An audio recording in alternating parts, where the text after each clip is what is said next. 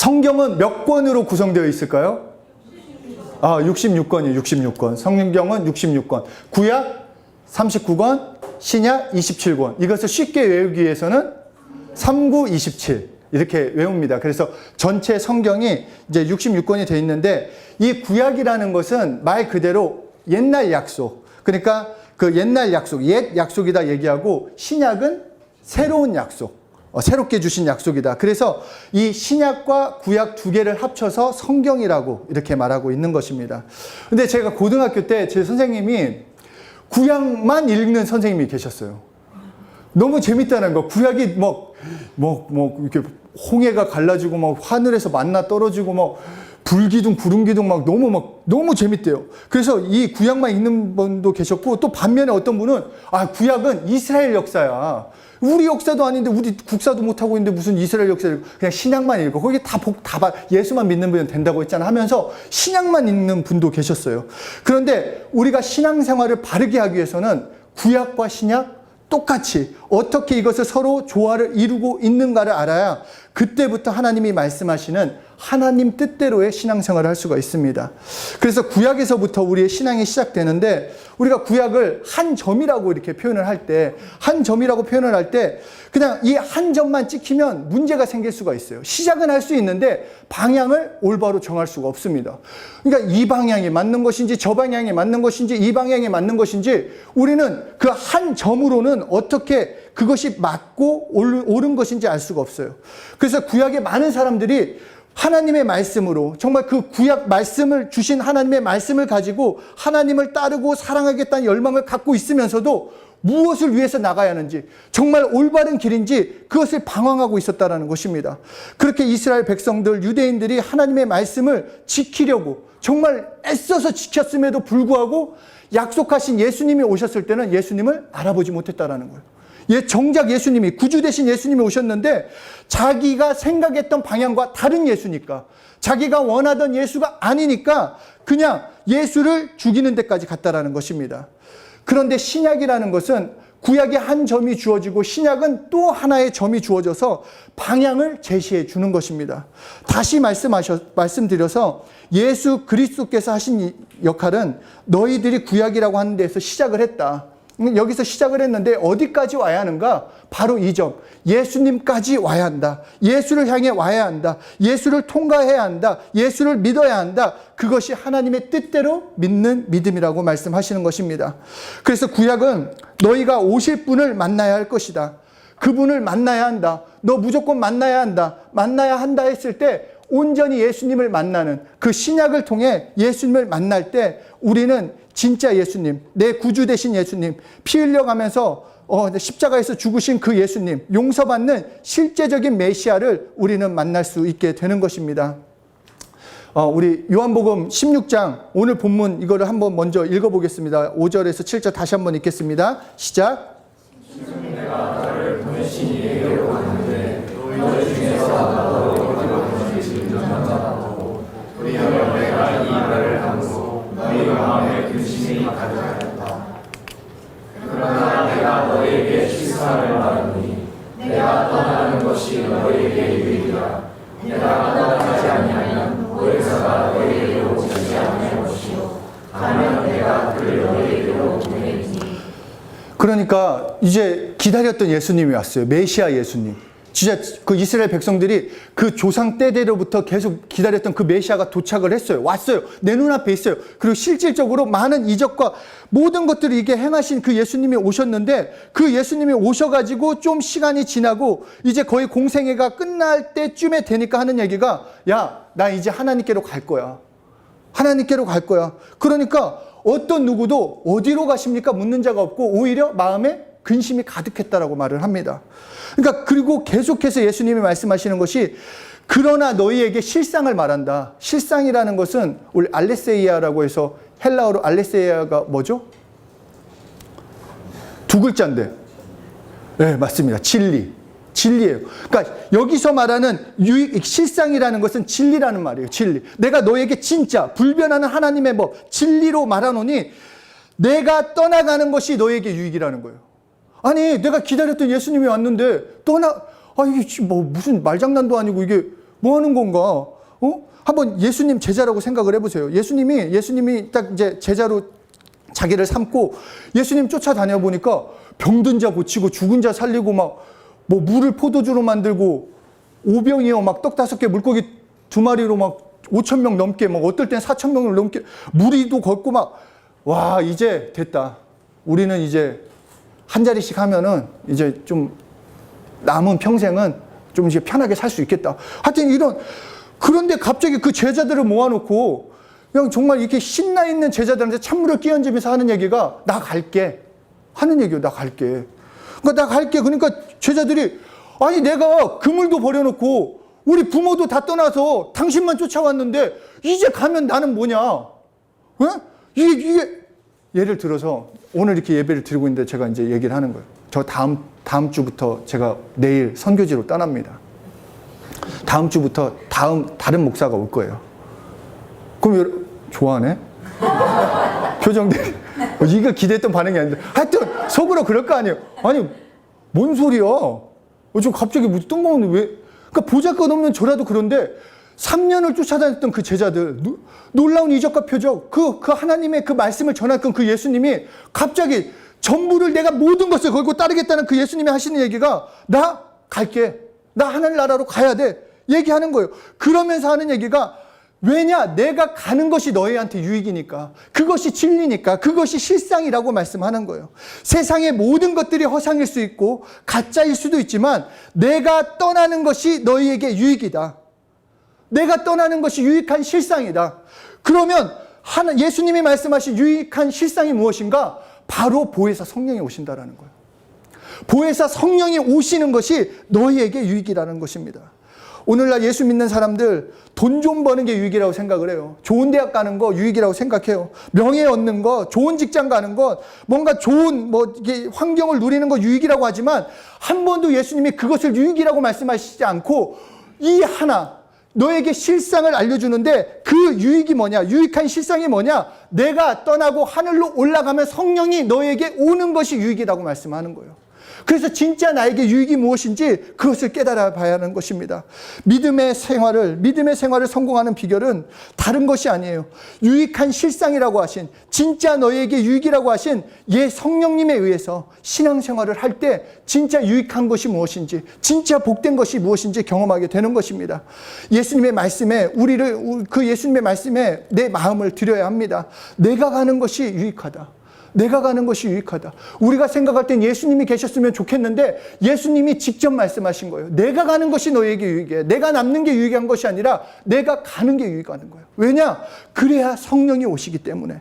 그러니까 너희가 나를 만난 지식이 너희 안에서 완전하게 되려면, 그러니까 내가 행했던 모든 것들, 내가 했던 말들, 내가 행했던 그 모든 것들이 너에게 진짜가 되기 위해서는 내가 있는 것이 아니라 보혜사 성령이 오셔야 한다라고 말씀을 하는 것입니다. 제가 제일 좋아하는 그림 아시죠? 자, 다이아몬드 그림을 참 이거 정말 기가 막힌 그림이에요. 이거는 정말 그러니까 다이아몬드인 것 같아요. 영원하신 하나님께서 인간을 창조하셨어요. 하나님이 창조하셨어요. 이거는 하나님이 직접 말씀하셨고 그렇게 하나님의 형상을 따라 그 모양대로 인간을 창조하셨습니다.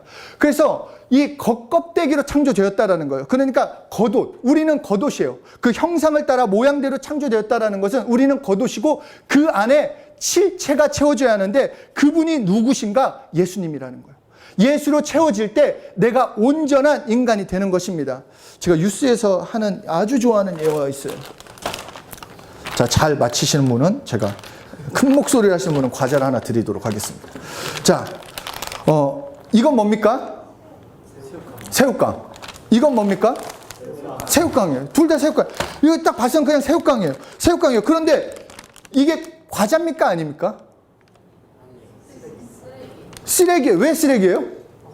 아무것도 없으니까. 근데 이거는 똑같아요. 겉모습은 똑같아요. 누가 보더라도 똑같아요.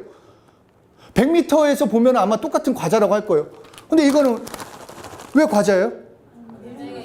안에 내용물이 있으니까. 마찬가지예요, 여러분. 예수가 있고 없고 우리가 볼 때 제가 이거 쓰는 말이 있는데 샤넬 입은 뭔지 서울대 학사모 쓴 뭔지 하버드대 학사모 아무리 내가 명예가 좋고 뭐 가진 게 많고 좋은 것도 덮였다 해도 예수가 없는 사람은 하나님이 보실 때는 그냥 빈 껍데기예요. 아무것도 아니에요. 내가 좀 부족하고 연약해도 예수가 채워지면 진짜 사는 영이, 살려주시는 영이신 예수님 때문에 진짜 살게 된다라는 거예요. 진짜 행복을 알게 되는 거예요. 진짜 강건함, 건강함, 평안함을 누리게 되는 것입니다. 그런데 이렇게 겉껍데기인 우리가 정말 이런 정말 부족한 존재가 죄까지 지으니까 예수님이 더더더 필요한 거예요. 예수님이 더더더 필요해요. 그래서 하나님이시 예수님이 육신의 몸을 입고 이 땅에 오셨어요.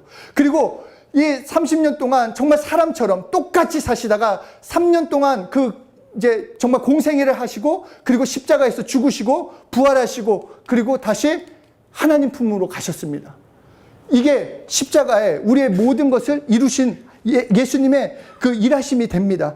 그런데 이 예수님이 이 행하셨던 것, 하나님의 쪽에선 다 이루셨어요. 하나님의 뜻하신 건 다 이루셨어요. 그런데 예수님이 왜 내가 가는 것이 너에게 유익하냐고 말했냐면, 예수님이 하늘로 올리시자 바로 성령을 보내주셨다라는 거예요.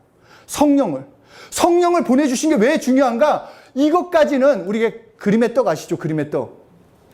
우리가 이렇게 행하셨다는 거 아는 거는 그림의 떡이에요. 예수님이 십자가에 죽으셨어. 십자가에서 내 죄를, 내 질병을, 내 아픔을, 내 상처를 다 담당하셨어. 아멘이죠. 그러나 그 실제 내 삶에서 어떻게 경험할 수 있는가? 성령님이 내 안에 오실 때 경험할 수 있다는 거예요. 여기에 이루신 하나님의 뜻을 성령님이 오셔야, 내 안에 오셔야 경험할 수 있다는 것입니다. 그렇기 때문에 성령님을 사모하셔야 돼요.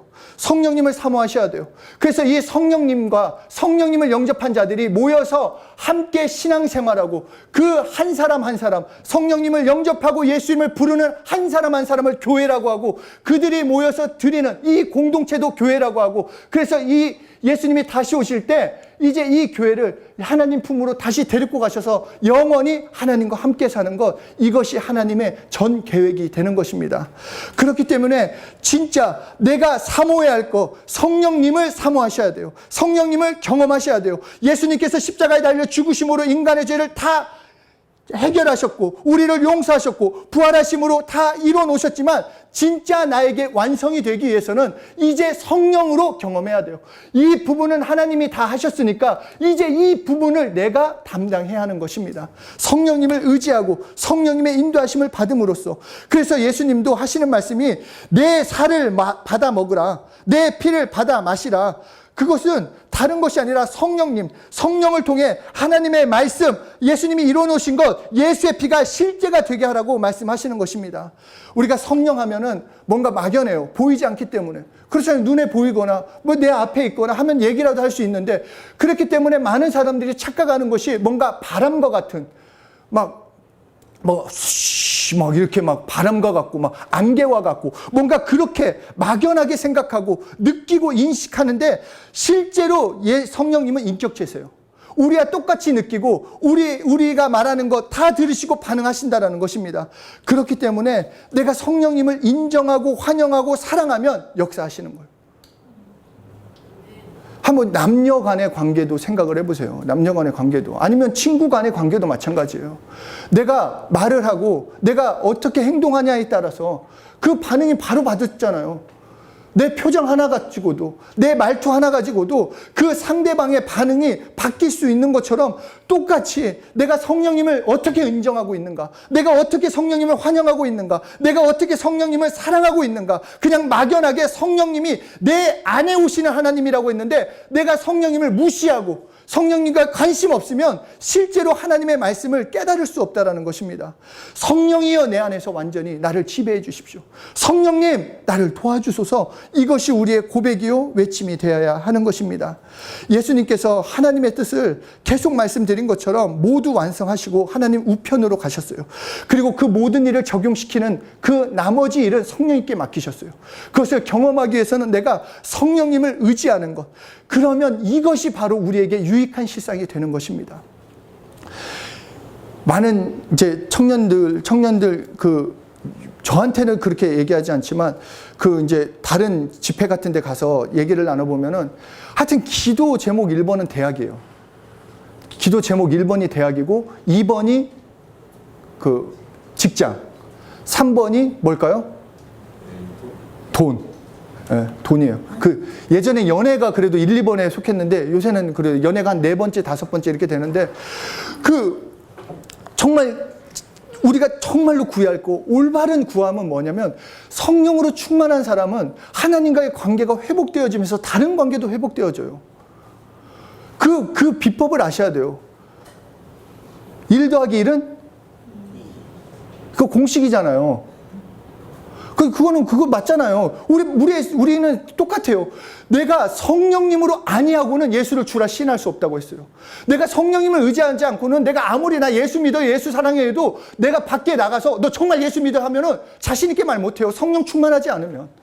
그러나 내가 부족하고 연약하고 내 상황이 어떨지라도 예수로 살 수 있는 자는 성령님을 통해서 성령으로 사는 자, 그 자가 예수님만을 사랑하고 예수로만 살고 하나님을 예배하며 이 땅의 복음을 증거하는 자가 된다는 것입니다. 영은 보이지 않아요. 말씀드린 것처럼 영은 만져지지 않기 때문에 내가 정말 어떻게 해야 할지, 그 성령을 어떻게 해야 할지 모르지만 영이라는 것, 겉으로 자기를 표현할 수 있는 것은 언어입니다. 내 영이 깨어서 성령님께 간구하고 사랑하고 고백할 수 있는 것은 다른 것이 아니라 내 언어로 표현할 수 있다는 거예요. 다시 말해서 내가 성령님을 사랑하고 성령님을 의지하고 성령님을 환영하고 성령님 나를 도와달라고 말을 할 때 성령님께서 그 말에 반응하시고 나를 인도해 주신다는 것입니다. 진짜예요, 여러분. 제가 이렇게 얘기하면 막 그렇잖아요. 막 제가 말 더듬이었어요. 그러면 믿을 사람 여기 있겠어요? 그렇지 않아요? 아니, 우리 관장님도 계시지만, 관장님도 금요일날 좀 그런 얘기를 해주셨지만, 저도 공감한 게 있었어요. 제가 대학교 때 진짜 저희 집도 너무 어려워가지고, 한 번은 500원이 있었어요. 그때 버스비가 500원이었거든요. 지방은 500원이었어요. 근데 레포트 용지를 사야 돼요. 그 컴퓨터로 하는 게 아니라 그거는 또 레포트 용지로 제공하는데 저희 집까지 버스 타고도 1시간 반에서 2시간이 걸리는데요. 이 500원을 딱 두고 얼마나 갈등이 되는지. 이거 버스 타? 레포트 용지 사? 버스 타? 레포트 용지 사? 어떻게 했을까요? 용지 샀어요. 예? 용지 샀어요. 너 너무 좋게 본다. 버스 탔어요.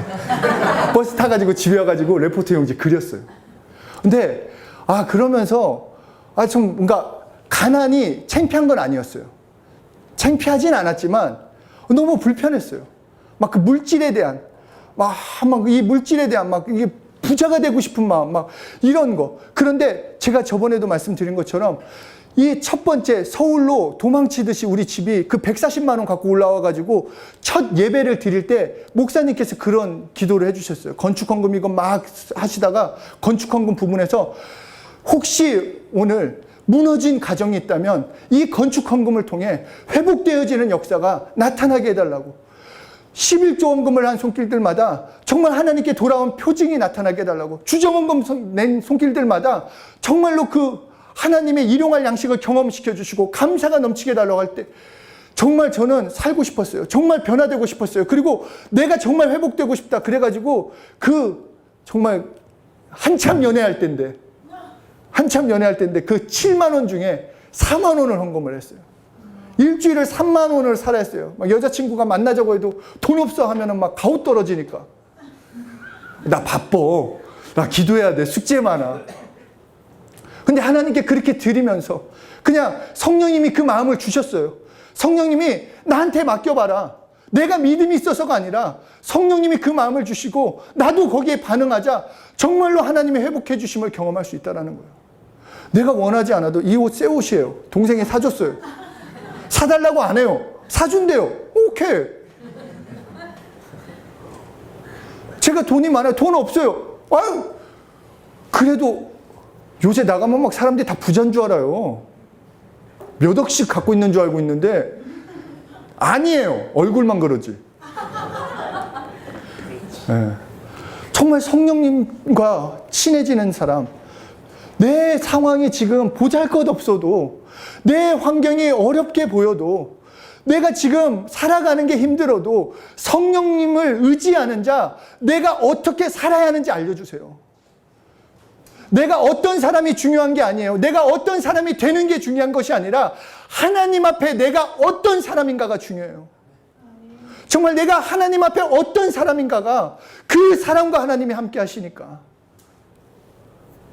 내가 지금 아무리 돈이 많고 명예가 좋고 좋은 대학에 좋은 직장에 다녀도 하나님과 관계없는 사람은 망한 인생이에요. 내가 다 없어도 지금 성령 충만해서 하나님과 관계가 있다. 그런 사람은 성공한 사람이에요. 그런 사람은 유익한 삶을 사는 게 되는 것입니다. 이 성령님, 정말 성령 충만한 거 다른 거 아니에요.